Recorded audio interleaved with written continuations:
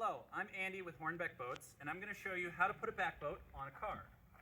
So first of all, you want to make sure all you have is plain bars. You don't want to use anything designed for kayaks. So you don't want cradles, you don't want foam blocks, you just want plain bars. We always like to put the straps on the car before we even go get the boat. There are two reasons for that. One is it's simply easier to put the strap on without a boat in the way. And two, and more importantly, when it comes to a Hornbeck, they are incredibly light. And when you put them up on top of a car, and if it's a windy day, they have a tendency to fly off the top of the car.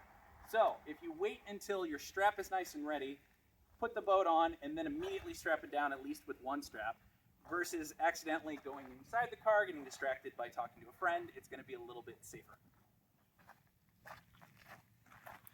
All of our boats are symmetrical boats, with a few exceptions. So it does not really matter whether you're putting it on forward or backward. Typically speaking though, we like to put the backrest just in front of the back bar. What this will do is automatically put it even on the car. These right here are to prevent the bar from dinging up the wood. They aren't necessary, but they do help maintain the prettiness of your wood. If you're going to be using them, you want to make sure that you don't just push this on the car because they will pop off. You want to do a little bit of a crab walk back and forth like this.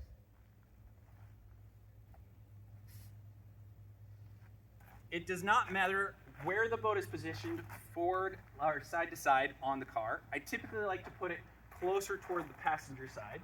That way there's a little bit more field of view for the driver. And also, if I'm ever having to adjust anything on the car, this is the ditch side of the road versus the road side of the road, so it's a slightly safer side of the car. Now I'm going to take the strap, I'm going to go over top of the boat, and I'm going to make this motion back and forth. What this is telling me is it's not crossed over. If it's crossed over, it doesn't like to move. We want it to be nice and smooth. Then I'm going to take my free end and go underneath the bar. What you want to avoid is having a gap here. So if I went on the outside of this tower, there'd be a big space here. This is what we call the death triangle. What this allows is the boat to be able to shift back and forth and potentially become loose. So what I'm going to do is go underneath, so that way it is nice and flush and there's not that space for the boat to be able to shift. Then the free end is going to go through the buckle. The 12 is the top end of the buckle, so you want to go from the bottom end to the top end, pushing that button and pulling about 3 feet through. Next, I'm going to grab the opposite side of the buckle to pull the buckle up to the rounded part of the boat. You want it to be hitting somewhere between here and here. Typically, I start toward the top of the boat because it will come down a little bit as you're tightening it. Grab as close to the boat as you can reach and pull on this handle you made yourself to get rid of your extra. It is possible to tighten this to the point that you do crack your boat. So you do want to be careful about how much you're pulling on this. This is a lightweight boat. It does not require a lot of force. What you're looking for is that kind of guitar string twang. The other way to test it is to grab the boat and try to shake the car. If the car is shaking and the boat is not shifting around, you know it is tight enough. You don't need to go any tighter than that. What you do with the leftover is completely up to you. If you're not going very far, just opening the door, closing it in is perfectly fine. Typically though, that will vibrate this, making it very loud. So what I normally like to do is run it down here and around the bar. This way, it is going to be a lot quieter. So I just keep going around and around until I get to the last part here. I'm going to lift that loop up, go underneath there, and continue around to tighten everything up. The next strap is going to be the exact same way with one small difference. The small difference is that typically people's arms aren't long enough to walk around the front end of the car like they do the back end of the car.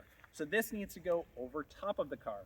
So I will take the free end and put it just inside like that to weigh it down so it behaves a little better and do a nice light toss over the top of the car. Now the buckles that we provide you are rubberized buckles, so there isn't a risk of cracking a window or dinging paint. But if you do have a buckle that does not have metal, you do want to be very careful about tossing it over the top of your car. Then I'm going to do the same thing over again. We're going to do your back and forth. We're going to go underneath the bar. We're going to go from the bottom side to the top, push that button, pull a couple of feet through like so, pull on this to bring it up to the rounded part of the car. Grab here, pull on here. There is a twist in this strap. The twist can make it quieter. The twist has nothing to do as far as keeping the boat down. So if it ends up being twisted, fine. If you want to spend the extra time to make it nice and flat, fine. Either way, it's going to attach it nicely. Also, if you can notice that the buckles are on the inside, it does not matter whether one buckle is on the outside and one buckle is on the inside. That just happened to be how I put them on. Finally, I'm going to do my twang, and I'm going to wrap it around.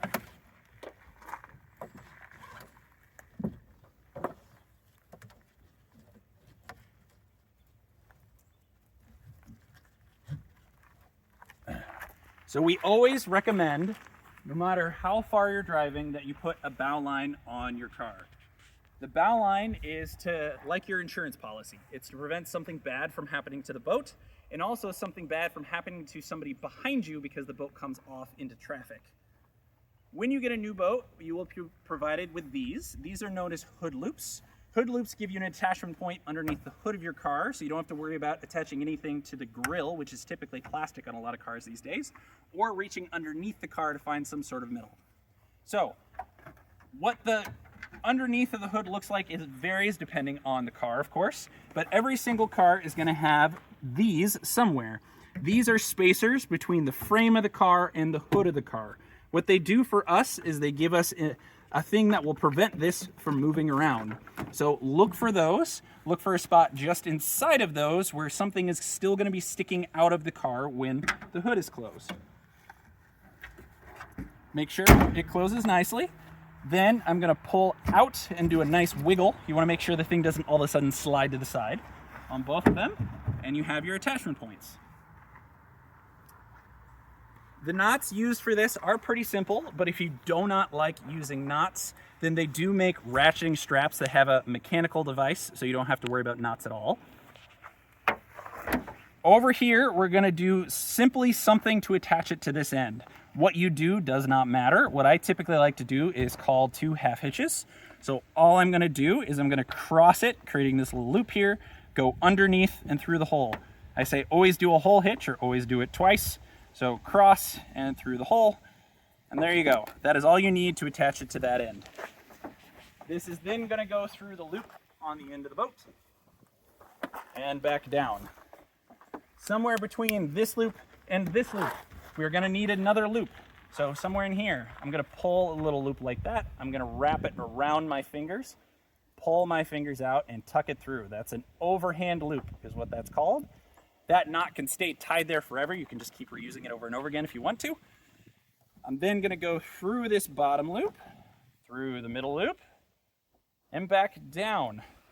What you are looking for is this Z shape right here. What this is doing is bringing this loop and this loop together, tightening this piece up.